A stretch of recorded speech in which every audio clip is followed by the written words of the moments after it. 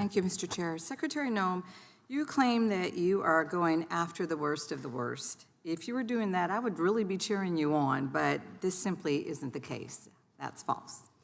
Rodney Taylor, who is incarcerated at Stewart Detention Center in Georgia, he's a prime example. He's 47 years old and works as a barber. When he was 2, he was brought to this country legally on a medical visa to address his extensive disabilities. He needed a medical care for a deformed left foot, a missing right foot, and 3 fingers missing on his right hand. Rodney has had 16 different operations and has been a double amputee since the age of 10 years old. Rodney received a criminal conviction when he was 17, nearly 30 years ago. However, Rodney was pardoned by the state of Georgia by Republican Governor Sonny Perdue. And since then, Rodney has lived a law-abiding life and has a green card application that's now pending. And no administration, including the first Trump administration, has sought to remove Rodney from this country. In January 2025, he entered ICE detention, and his health has deteriorated quickly since then. Rodney has experienced several health challenges, including bone spurs in his back, causing severe pain. Rodney sought medical care multiple times while detained, but was rejected. He is unable to use a wheelchair because his right hand only has 1 full finger, making it impossible for him to push it. He's unable to walk on his prosthetic legs because he's lost 20 pounds and they simply don't fit him anymore.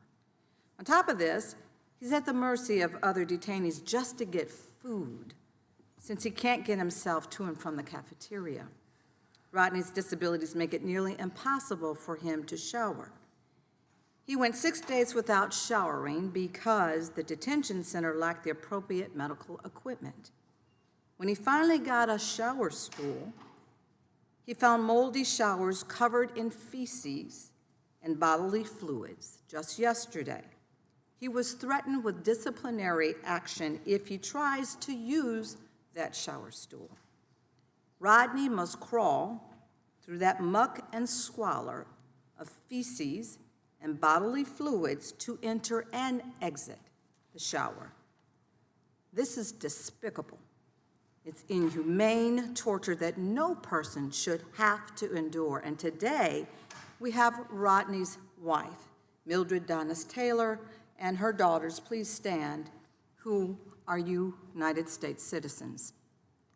Secretary Noem, can you honestly tell Rodney's wife and family and the American people that are watching that these cruel and unusual conditions are acceptable under your watch?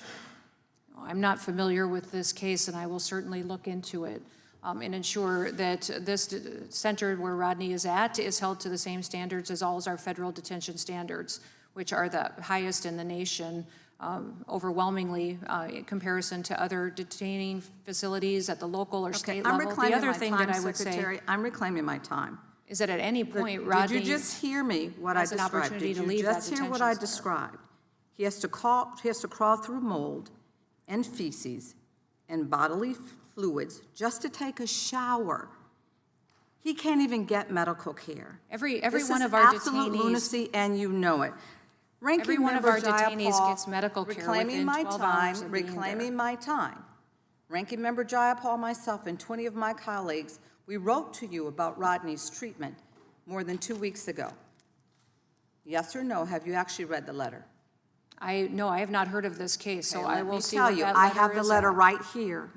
And would you like to read it? Because I'm more than happy to bring a staff member down to it. Absolutely.